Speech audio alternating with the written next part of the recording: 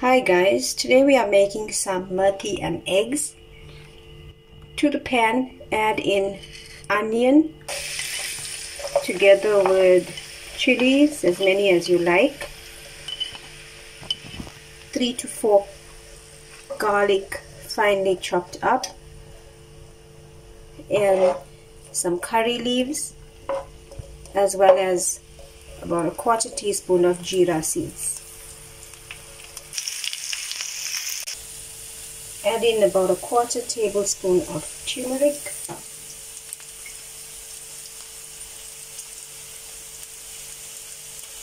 as well as a tablespoon of mixed masala.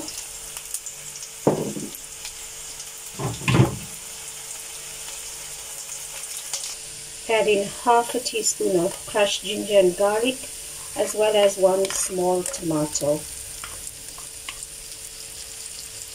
And let this fry a bit.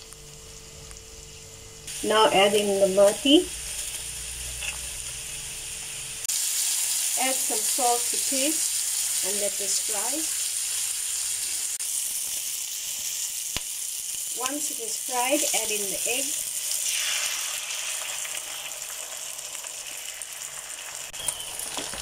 And mix the egg in.